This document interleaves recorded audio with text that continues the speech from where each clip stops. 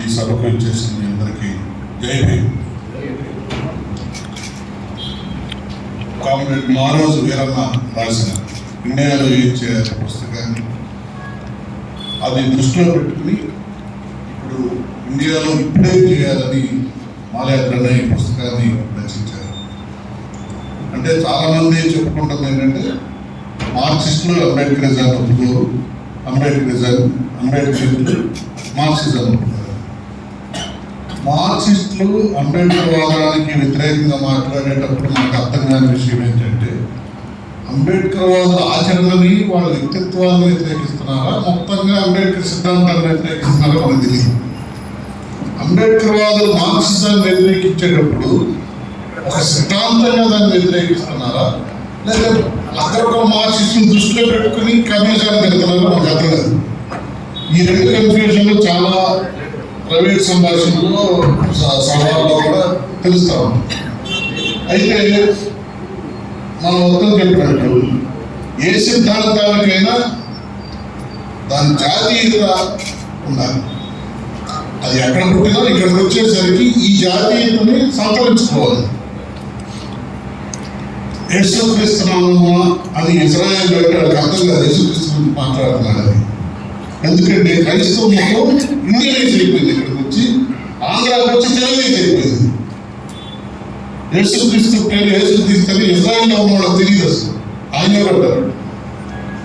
అలాగే మావో కూడా ఏమన్నారంటే మా కమ్యూనిస్ట్ మార్క్సిస్ట్ సిద్ధాంతం ఉంది, మనం దాన్ని చైనా జాతీయతకి ఒదిగిపోవాలి అన్నాడు. మనకి గ్రీక్ కథలు లేకపోతే ఆ కథలు ఈ కథలు చెప్పడం గర్వంగా ఫీల్ అవుతారు అందరూ. చైనాలో ఉన్న ప్రాచీన కథలు చెప్పుకోవడానికి మనకు తెలియదని చెప్పడానికి గర్వపడతారు. వాస్తవం సిగ్గుపడాలి. మనం ఆ మూలాల నుంచి తీసుకుని ప్రజల్లోకి వెళ్ళడానికి ఉపయోగించుకోవాలని మావ చెప్తారు. అయితే అదే మార్క్సిజం మీద ఆ మార్క్సిజం కోసం పనిచేసిన వాళ్ళ మనసులో ఉంది. అదే అంబేద్కర్ మీద ఆ అంబేద్కర్ సిద్ధాంతాలు స్వీకరించిన వాళ్ళ మనసులో ఉంది. బాలగోపాలు ఒక అప్పట్లో కురాలన్నప్పుడు పెద్ద పెద్ద ఆయన ఏమంటాడు, మానవుడే చరిత్ర నిర్మాత అని చెప్పారు. కానీ ఆ చరిత్రకి ఆ నిర్మాతకి ఉన్న సంబంధాన్ని మార్క్సిజం చెప్పాలి. అది గతితానికి అని ముందు జాగ్రత్తగా చెప్పుకుంటున్నాడు మనిషి మార్క్సిజం రాశారు. అలాగే ఇండియన్ కమ్యూనిస్టులు ఇక్కడ ఉన్న కులాలను మర్చిపోయారు, ఇక్కడ ఉన్నటువంటి వైవిధ్యాన్ని వాళ్ళు అంచనా వేయడం ఫెయిల్ అయ్యారు అని ఇక్కడ ఉన్నటువంటి మేధావులు చెప్తారు. మార్క్స్ పెట్టుబడిదారీ వ్యవస్థ గురించి చెప్పాడే కానీ నీగ్రో వ్యవస్థ గురించి చెప్పలేదని ఇంకొక మేధావి విమర్శించారు. మార్క్స్ కమ్యూనిస్ట్ మేనిఫెస్టోలో నీగ్రోల గురించి ఎక్కడ ఉన్నారు. అందుకే అమెరికాలో ఉన్నటువంటి కమ్యూనిజం పాఠాలని ఇండియాలో మనం వినపడడం ఇక్కడ అని కూడా చెప్తారు. మార్క్స్ ఆ పెట్టుబడిదారీ వ్యవస్థ గురించి మాట్లాడేటప్పుడు అది రష్యాకి వెళ్ళేసరికి అక్కడ పెట్టుబడిదారీ వ్యవస్థ లేదు. దాని లెనిన్ అక్కడ సామ్రాజ్యవాదం ఎదురైంది. ఆ సామ్రాజ్యవాదాన్ని ఎదుర్కోవడానికి బోల్షివిక్ పార్టీ ఒక సిద్ధాంతాన్ని తీసుకొచ్చింది. ఆ బోల్షివిక్ పార్టీ సిద్ధాంతమే మార్క్సిజం లెనినిజం అన్నారు. అది తిరిగి చైనాకి వెళ్ళేసరికి అక్కడ అప్పటికి ఇది లేదు, సామ్రాజ్యవాదం లేదు, పెట్టుబడిదారీ వ్యవస్థ. ఇప్పుడు అక్కడ వ్యవసాయం అనేది మాలో దాన్ని డెవలప్ చేసుకుంటే అక్కడ ఆయన విజయవంతుడు. అయితే మార్క్సిజం ఫెయిల్యూరా, అంబేద్కరిజం ఫెయిల్యూరా, లేకపోతే రెండిట్లో సక్సెస్ ఉందా, రెండేమో ఈ సమాజ మార్పులు దోహదపడతాయి అనుకున్నప్పుడు మార్క్సిజానికి లేదా ఆ కమ్యూనిస్ట్ సిద్ధాంతానికి ఆధారం చేసుకుని వచ్చినటువంటి చైనాలో, రష్యాలో గోర్బచేవ్ కాలం ఎందుకు ఉండిపోయింది అనేది దానికి మార్క్సిస్ట్ మేధావులు అంచనా వేసింది ఏంటంటే 1964లో క్రిస్టియన్ అమెరికా వెళ్ళి దేశం అంటే ఇది కదా అభివృద్ధి అంటే అక్కడే దానికి పక్కన స్టార్ట్ అయింది.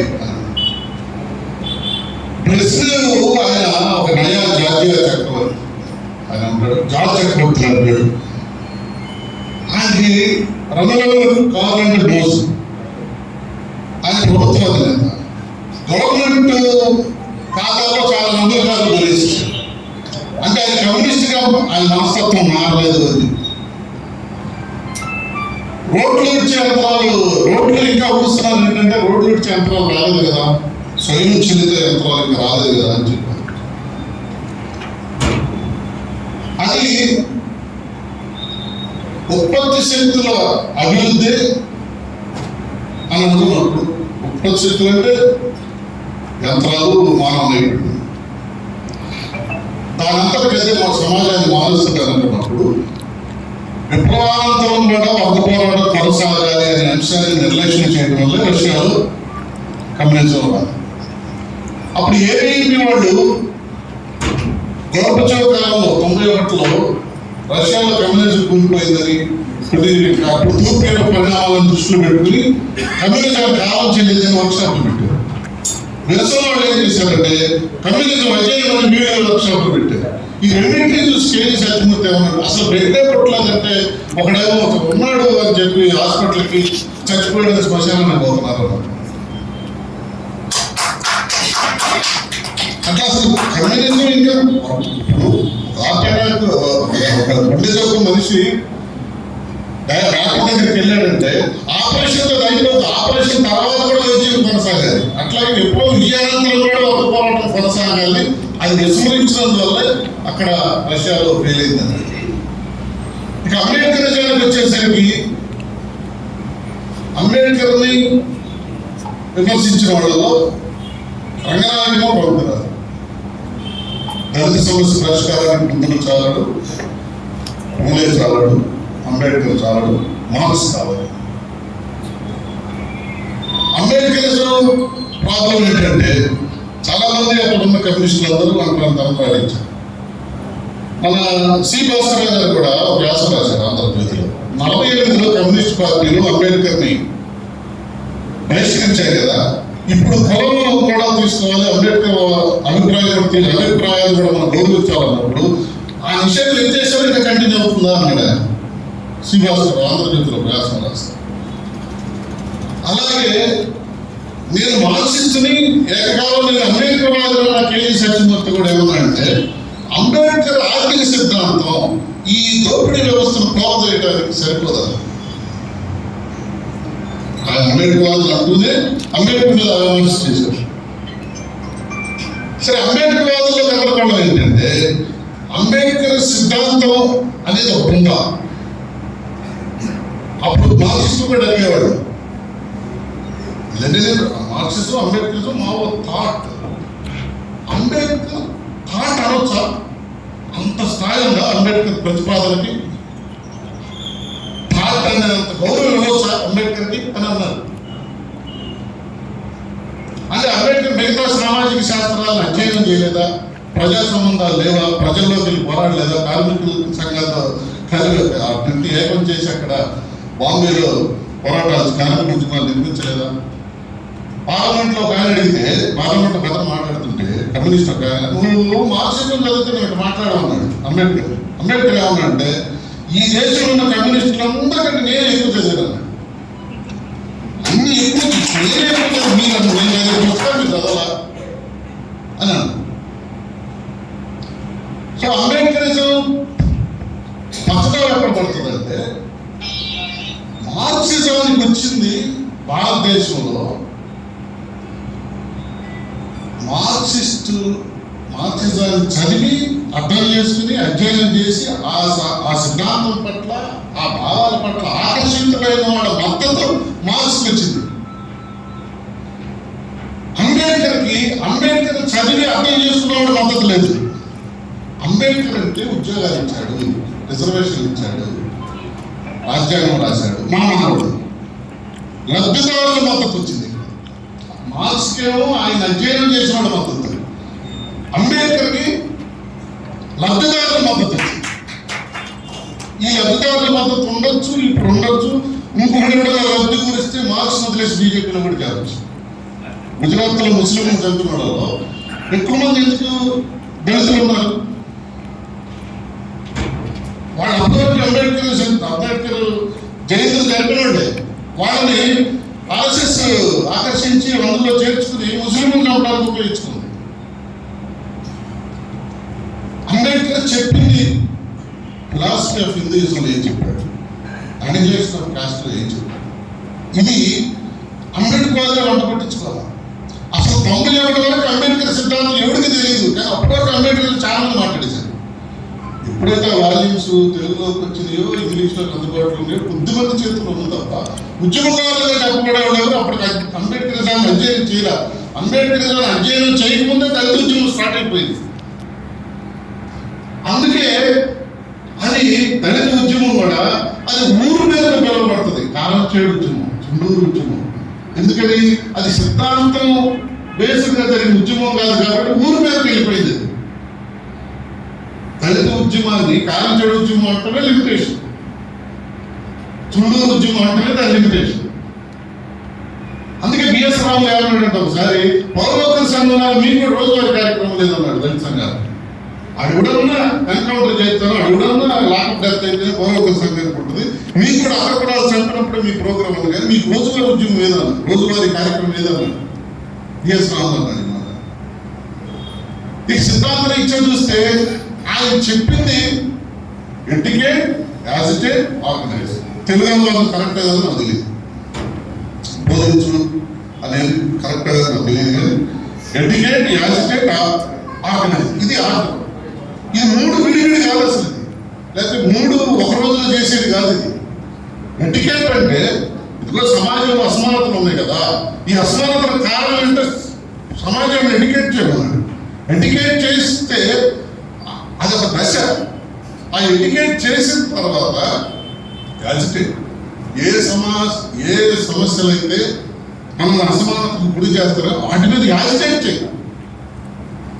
యాజిటేట్ చేశాం కదా, ఆ యాజిటేషన్ ఎందుకు ఇంతమందిని ఐక్యం చేస్తుంది, ఇంతమందిని ఐక్యం చేయడం వల్ల ఇట్లా ఉంది కదా సమాజం, హెచ్చు తగ్గుతుంది కదా, ఒకటి ఎక్కువ ఒకటి తక్కువ ఉంది కదా, అట్లా ఆర్గనైజ్ ఉంది కదా, దాన్ని ఆర్గనైజ్ చేయాలన్న ఈ సిద్ధాంతాన్ని అంబేద్కర్ వాళ్ళు ఎక్కడ చూసినా కానీ దీన్ని ఎట్ట మార్చారంటే ఈ కనుక మార్చేసుకున్నాడు.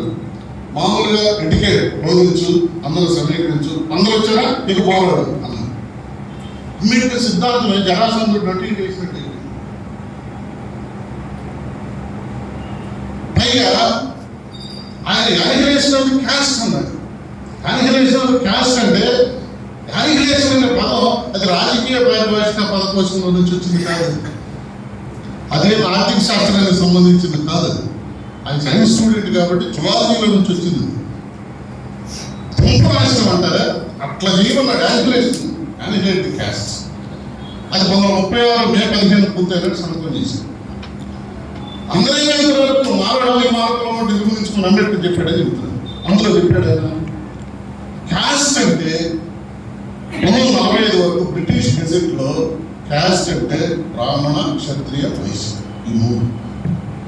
ఈ జాతీయవాద మండలాన్ని పిలిచినప్పుడు మానవుడు మాదిరిగా అందరూ అన్ని కులాలు పోవాలని ఆయన అనుంటే ఆయన ఆ సభకు పిలిచి ఉండేవాడు. ఆయన ఏం చెప్పాడు, నువ్వు కులాలు ఏంటి రాదు, ఇది పడగ సంపాది తోక దాని పోతుంది. ఆ క్యాస్ట్ అనే మాటకి పొరపాటు పడుతుంది. ఆయన ఎవరు మీరు అంటున్నాడంటే ఎవరు మీరు మాలలా, మాదిగలా, ఎరుకలా, యానాదిలా, బీసీలా, అక్కడ మీరు అంటే జాతపాతంలో ఉన్న అహంకారం వీళ్ళు ఉన్నారే కరుడు కట్టిన హిందుత్వాలు వాళ్ళని అంటున్నాడు. మీరు ఈ సమాజాన్ని సమానంగా చేయడానికి ఒక మందు కనిపెట్టారు కదా, అది కరెక్ట్ మందేనా అన్నాడు. వాళ్ళు ఏం చేశారు, కులాంతర వ్యవహారం చేస్తున్నామని చెప్పారు. కులాంతర వ్యవహారం అంటే ఎక్కడ బ్రాహ్మడికి మానవుడికి చేయట్లా, బీసీలోనే చేసేస్తున్నాను. అంటే బ్రాహ్మణ, క్షత్రియ, వైశ్యం 3 కొత్తగా ఉంటాయి, మిగతా కులాలన్నీ కూడా కలిసిపోతాయి అన్నమాట. డామినేట్ అవుతుంది కులం అట్లాగే పెట్టుకున్న బ్రాహ్మణ, క్షత్రియ, వైశ్యం. ఈ ప్రమాదాన్ని ఊహించాడు కాబట్టి వాళ్ళ సభ క్యాన్సిల్ అసలు వాయిదా వేయడం రద్దు చేసి పడేసాడు. జాతపాతాడు ఆ ప్రసన్న పాఠాన్ని ప్రింట్ చేస్తే అది మనకి యానిహిలేషన్ క్యాస్ట్. అలాగా పోనీ కమ్యూనిజం అమలైన చోట అందరూ సమానత్వం తీసుకొచ్చారా? లెనిన్ తర్వాత స్టాలిన్ తర్వాత క్రిస్టియన్ తర్వాత ఇట్లా తీసుకొచ్చారా అంటే శ్రీశ్రీ రష్యా వచ్చాడు ఒకసారి. ఆయన అడిగారు వెళ్ళేకల్లో, అక్కడ అందరూ సమానమేనండి కదా అని అంటే శ్రీశ్రీరాములు అందరూ సమానమే, కొంతమంది ఎక్కువ సమానం. ఎందుకు ఎక్కువ సమానం అన్నాడు? అక్కడ పెత్తనం చేస్తున్న తెలుగు పార్టీలో ఉన్న టాప్ వాళ్ళు, గవర్నమెంట్ లో ఉన్న టాప్ బ్యూరోక్రాట్ వీళ్ళే, ప్రజలతో సంబంధం లేదు. ప్రజలు రొట్టెల కోసం క్యూలో కూర్చుంటున్నారు. ఆ రామచంద్ర రెడ్డి ప్రజలు, నేను రష్యా వెళ్ళేది ఆ బంగాళదుంపల కోసం క్యూలో కూర్చోవడం నాకు అర్థం కాలేదన్న.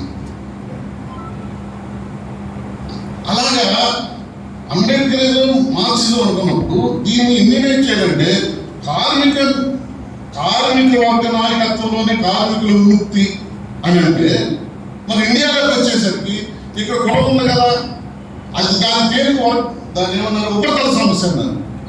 నిజంగా మాట్లాడితే కత్తి పద్మారావు 85లో కులం అనే మాట అనాలంటే ఎంత కష్టమైందో, అతను దాన్ని అది పాపులర్ చేయడానికి ఎంత కష్టపడాల్సి వచ్చిందో. కులం అంటారు, కులం అంటలేదు అసలు.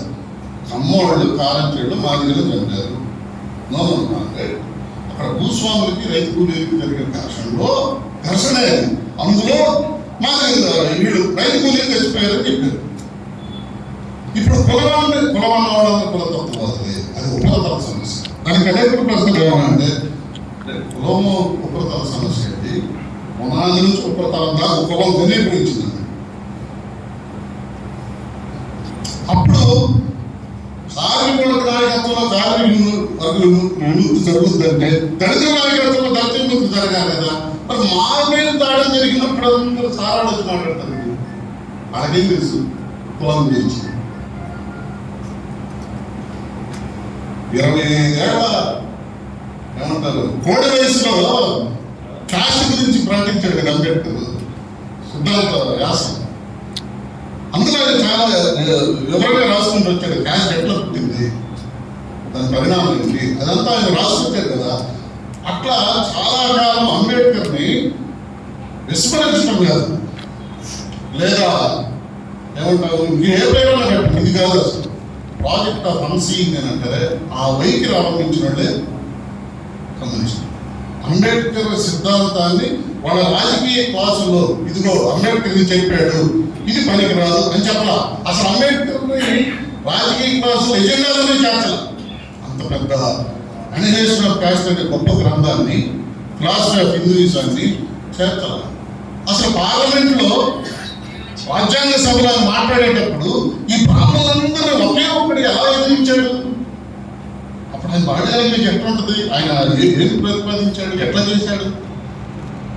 మొట్టమొదటి సమావేశంలోనే, ఆ సమావేశంతో అంబేద్కర్ సభ్యత్వం రద్దు. ఎందుకని ఈ సభ్యత్వాన్ని జైసులు కులాలు రెండింటి పాలించాలని కలపటం వల్ల ఆ ఒక్క సమావేశంతో ఆయన రాడు, నెక్స్ట్ సమావేశానికి లేడు ఆయన.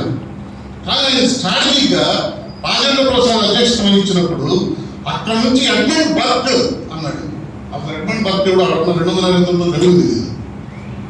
మహారాజనీతివేత్త ఎడ్మండ్ బర్క్ ఒక జాతిని కానీ, ఒక తెగను కానీ, ఒక కులాన్ని కానీ ఐసోలేట్ చేయడం అనేది చాలా గొప్ప నేరం, పాపం అని చెప్పాడు Edmund Burke. Edmund Burke speech మొత్తం అప్పచెప్తే రాజేంద్ర ప్రసాద్ అధ్యక్ష స్థానంలో ఉన్నాడు. అప్పుడు కదా రాజేంద్ర ప్రసాద్ ఎందుకు తెప్పించాలనుకున్నాడు? నెహ్రూకి రాజేంద్ర ప్రసాద్ ఒక ఇంటర్నల్ గొడవలు ఉన్నాయి. ఇదేమో కాశ్మీర్ పండిట్, అతనే కాశ్మీర్ రామలో కూడా గొడవలు ఉంటాయి కదా. ఇదిగో ఇట్లాంటి కూడా నాకు ఉండాలి కాబట్టి నెహ్రూని నేను అర్థం చేయొచ్చని చెప్పి అప్పటికప్పుడు మహారాష్ట్ర ప్రధానమంత్రికి అప్పుడు ప్రధానమంత్రులు అనేవాడు. ఆ ప్రధానమంత్రి ఉత్తరం రాసి అంబేద్కర్ గెలిపించేసి ఆయన అనుసరించిన స్ట్రాటజీ. ఆ రాజ్యాంగంలో ఆయన చాలా శ్రమకు వచ్చారు తీసుకొస్తే, ఆ రాజ్యాంగాన్ని కూర్చోవాలి ఉపయోగపడటానికి రాశాడని చాలా మంది కమ్యూనిస్టులు ఆయన విమర్శించారు. ఇక వచ్చేసి అంబేద్కర్ వాదన వచ్చేసరికి మనకి ఏమవుతుంది, మనకి అణగారిన కులం, అంచబడ్డ కులం ఇవన్నీ ఉంది. మార్క్సిస్టులకి కొత్త దృక్పథం లేకపోతే ఎంత నష్టం జరిగిందో, అంబేద్కర్ వాదులకు కొత్త దృక్పథం లేకపోవడం అంత నష్టం జరిగింది. ఆ నష్టం ఎట్లుంటుంది? నష్టంలో కూడా బాగానే జీవన కూడా మనసులోనే ఆయన ఇక్కడ కొంతకాలం ఉండొచ్చు, కొంతకాలం టీడీపీ ఉండొచ్చు, కొంతకాలం అంతలో ఉండొచ్చు, కొంతకాలం ఒకసారి చంద్రబాబు నాయుడు కాలం పట్టుకోవచ్చు. అంత విసులుబాటు ఉందో చూడండి. ఏది అంబేద్కర్ వాదులకి వర్గ దృక్పథం లేకపోవడం. మార్క్సిస్ట్ కుల దృక్పథాలు కూడా మొత్తం అసలు జిహెచ్డి కవులను గొప్ప మీద ఉన్నాడు. ఆయన ఏమన్నాడంటే, నేను పదే పదే మార్క్స్ని వల్లించడం, మార్క్స్ చెప్పిన సూత్రాలు నేను ప్రజలకు చెప్పను. నేను ప్రజల్ని చైతన్యం చేసే క్రమంలో ఎంతవరకు నా మార్క్సిజం అంతవరకే తీసుకుంటాను, నన్ను గైడ్ చేసేటట్టుగా చూసుకుంటాను. అలా అంబేద్కర్ సార్ కూడా గైడ్ చేసుకుని తీసుకున్నాను. ఇప్పుడు ఈ పుస్తకంలో మాలేకరన్న అప్పుడు మాకు ఏం చెప్పేవాళ్ళు, ప్రభుత్వ భాషలు మార్క్స్ ఏంటంటే ఇక్కడ ఉన్న కులాన్ని ఎందుకు పట్టించుకుంటాడు అన్నాడు. అది పటాపడి మాలేకరన్న ఏం చెప్పాడు, వాళ్ళు అసలు ప్రత్యేకమైన పెట్టుబడిదారి వ్యవస్థ ఉంది, అదే పెట్టుబడి అవసరం లేని పెట్టుబడిదారి వ్యవస్థ వాళ్ళ గ్రామాలను మార్క్స్ చెప్పిన విషయాన్ని ఇందులో ఉపయోగించారు. మాల్యాద్రం అధ్యయనం ఎంత లోతుగా ఉందని ఈ పుస్తకం చెబుతుందంటే, మార్క్స్ అంబేద్కర్ మా ప్రతిబింబాలుగా కనపడ్డారు అన్నాడు ఈ పుస్తకంలో చెప్పాడు. అయితే ఇక్కడ ప్రసాద్ గారు చెప్పినట్లుగా కులాన్ని ఏకం చేయడం అంటే ఆల్రెడీ ఆడ వృత్తి ఉండడం అవసరంలా, ఆ కులవాడు అయిన కారణంగా ఏ వివక్ష పొందుతున్నాడో అది కదా మనం కన్సిడర్ చేయాల్సింది. ఇప్పుడు చెప్పులు కొట్టిన అవసరంలా, నువ్వు మాదిరిగా అయినంత వల్ల బయట సమాజం దృష్టిలో ఏ వివక్షకు గురవుతున్నావు అక్కడ కదా నువ్వు అతని దగ్గర చేసుకోవాల్సి. అయితే నాకున్న అభ్యంతరం ఏంటంటే, ఇప్పుడు వాళ్ళని ఒక కులాలుగా మనం నిర్మాణం చేయడం అవసరం వల్ల, మాలపాలు ఏంటంటే మాల సంఘం అనుకుంటుంది, కుమ్మరపాలు ఉంటే అది కుమ్మర సంఘం అనుకో. ఇప్పుడు వీళ్ళే సోషలిజం నిర్మిస్తారంటే మాల తనంతగా తానే దానికి అనుకోవడానికి కాదు. అక్కడ మాలలు బీసీలు అందరూ కూడా కులరీత్యాట్లు ఉన్నా కానీ వాళ్ళు మళ్ళీ చైతన్యవంతం అవ్వాలి. ఇప్పుడు అనుకున్న వర్గకుల దృక్పథం వాళ్ళ కలగ చేసుకోవాలి మనం. ఆ కలగ చేసినప్పుడే ఇదంతా జరుగుతుంది. అయితే నేను ఫైనల్గా చెప్పొచ్చేది ఏంటంటే, ఇది కరెక్ట్ కాదా అని చర్చ ఇక్కడ తేడా వస్తుంది. ఈ రోజు కరెక్ట్లోనో లేకపోతే ఇది 10 సార్లు జరిగితేనో తెలియదు కాదు. ఇది ఒకసారి ఈ చర్చ జరుగుతుంటే ఎన్ వేణుగోపాల్ మాట్లాడుతున్నాడు హైదరాబాద్లో, ఎన్ వేణుగోపాల్ మాట్లాడుతుంటే పోస్ట్ మోడర్నిజం లేవనెత్తిన ప్రశ్నకి మార్క్సిజం సమాధానం చెప్పాలన్నాడు ఎవరో హెచ్ఆర్కి అని కూర్చున్నాడు. హెచ్ఆర్కి ఎన్ వేణుగోపాల్ తెచ్చి ఏమంటాడు, అవునా పోస్ట్ మోడర్నిజం లేవనెత్తిన సమస్యలకి ఇక్కడే సమాధానం చెప్తే ఇంకేమన్నా ప్రశ్నలు అన్నాడు. మళ్ళీ హెచ్ఆర్కి వచ్చి పోస్ట్ మోడర్నిజం లేవనెత్తిన సమస్యలు పరిష్కారం మార్క్సిజం చెప్పుకుంటే వేణుగోపాల్ చెప్పడం కాదు, మార్క్సిజం తన ఆచరణలో చెప్పాలన్నాడు. మార్క్సిజంగా శక్తి ఉంది, ఆచరణలో చెప్పాలి, అంతేకాదు వేణుగోపాల్ చెప్పాలి కాదు. అలాగే ఈ పుస్తకం చదివిన వాళ్ళు ఇది కరెక్ట్ కాదని చెప్పడం కాదు. ఇది ప్రజల్లో పెరిగి దాన్ని ఇంప్లిమెంట్ చేసినప్పుడు మావోయిస్ట్ అంటే from the people to the people అని ఇది ప్రజల్లోకి ప్రయాణం చేస్తే ఏ రిజల్ట్ వచ్చిందో అప్పుడు నిర్ణయిస్తారు. ఈ పుస్తకం కరెక్ట్ కాదు, ఇప్పుడు చదివి నిర్ణయించడం కాదు. అది ఆచరణలో కూడా అక్కడ ఉండాలి. మావోని ఇంటికి కొంచెం రంగు వేయచ్చు కదా అన్నాడు ఆయన. నేను రంగు వెళ్తే మా సిటీ సెక్రటరీ బిల్డింగ్ కడతాడు అక్కడ. ఒకసారి పార్వతి సత్యమూర్తి గారి భార్య మంచుకుంటే కుర్రాడు వచ్చి తాళాలు ఎక్కడ ఉన్నాను బయట ఆయన షేవ్ చేసుకుంటున్నాడు సత్యమూర్తి. అమ్మా తాళాలా ఆయన బీరువాలో ఉండి చూడమ్మా అంటే నాకు కూడా చాలా మంచి చేసింది. అరే చదువులేని కార్యకర్తల్ని అంత మర్యాదగా ఆ దృక్పథంలో పుట్టి కూడా ఇంత మర్యాదగా మాట్లాడుతుంది. ఆ మాట్లాడటం మీకు కూడా అభ్యంతరం ఉండదుగా. నా బీరువాలో చూడమ్మా నేను పరిమితున్నాను తెచ్చుకున్నాను. ముగ్గురునే తెచ్చాడు సత్యమూర్తి లోపలికి. ఏం పార్వతి నా బీరువాలో మనకు బీరువా ఉందా?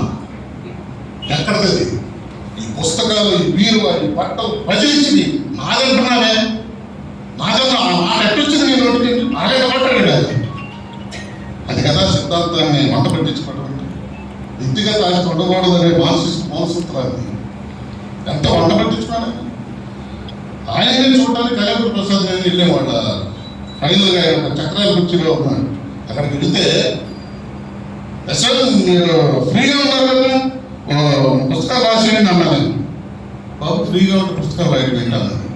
కాదండి, ఎంతమంది అంటే మీరు జనాలు తిరగడం, సభలు, సమావేశాలు, ఇది పోలీసులు గొడవలు ఉండేవాళ్ళు ఇప్పుడు చాలా ఫ్రీగా ఉన్నారు కదా.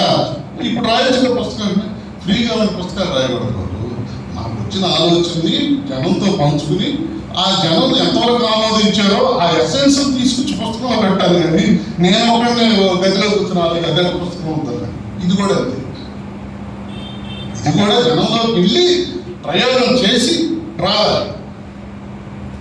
ఇప్పుడు ప్రసాదం ఏం చెప్తున్నాడు, రాజ్యాన్ని పాల్గొని